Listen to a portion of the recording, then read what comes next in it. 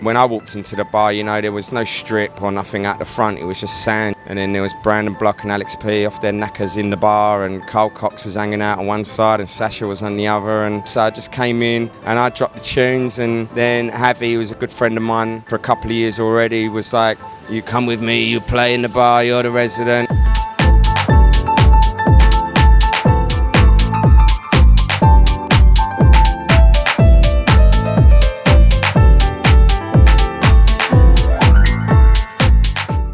You have international DJs coming in and out on every given day in summer, but you've got your core resident DJs that have been with you over the years. Mambo's DJs, they've been with us for a long time, and that's because of a reason, because it's not easy to find a resident DJ that can adapt to what Mambo needs.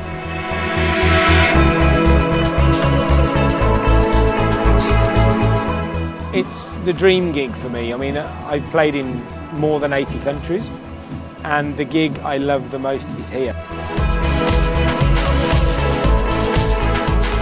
Es un espacio muy confortable, es un espacio donde tienes paz, donde puedes hablar, donde al mismo tiempo hay fiesta, con un mínimo de calidad siempre, a nivel tanto público como clientes como artistas. The journey's been a slow one. It's not like Kevin and Perry. It's been 7 full seasons now in Ibiza, working at many different beach bars, and started doing day shifts with Cafe Mambo, covering the day off of one of the residents, and progressed to doing the night times and getting to warm up with the superstar DJs of the world. When I grew up, I loved people like Jose Padilla and Alfredo, and I liked the variation of music, you know, the kind of Balearic idea of playing a little bit of everything. And this is a place you can do that. Mambo's so diverse on sound, so many hours, so many different moments that they have to all adapt. 1, 2,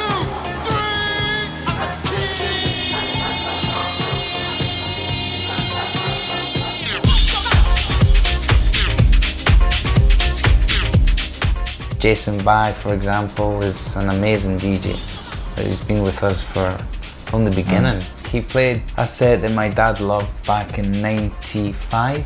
94, 94, he came for a holiday and he played once at Mambo, and he played all the tracks that my dad loved. And my dad thought, wow, this is perfect for Mambo. There's been a lot of resident DJs here over the years who've helped to get the way, you know, the music, the sense the way it is now. But I did it first. Funny story of Jason, he was the first person to draw our menus at Mambo. He hand draw every single menu of Mambo, you know. So that was his first job at Mambo before being a DJ. He drawn every single menu. So I have that Gooding, Doyle, Lola, Warburtons, all of you. I've got a lot of you.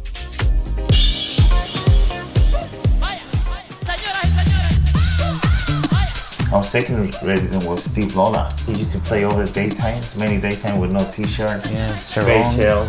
He used to call my brother or myself to carry his bags. Record box. His record, you know, back in the day, we should have a big record box like that size. They were heavy. They were real heavy, so to have like 100 tracks, you would need 3 bags, so you would always need some help to bring them to work.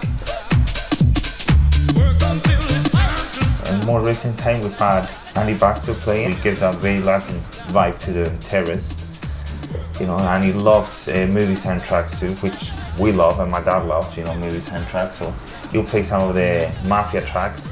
So we love what he does here, and you know, it's a great fresh air for Mambo when he plays.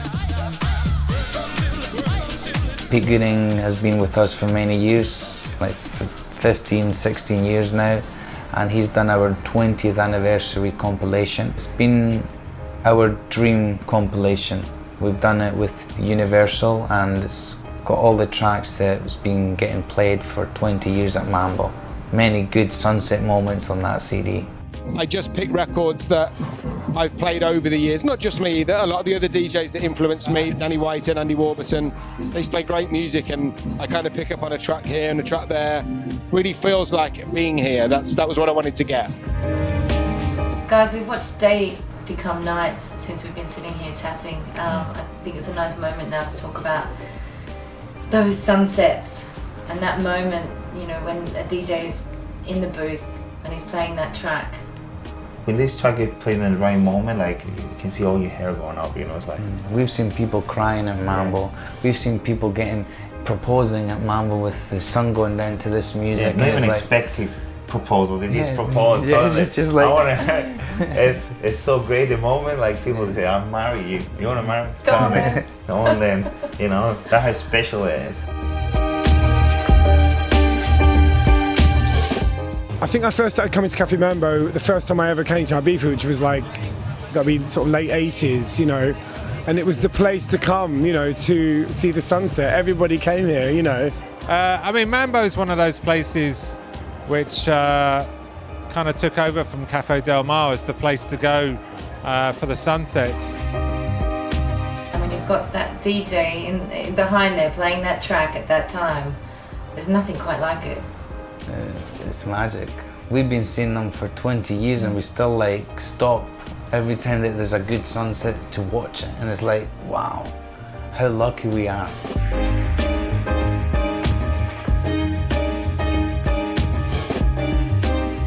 It's always great to come down here and play, and I love the atmosphere, and thank you for having us, and congratulations on your 20-year anniversary.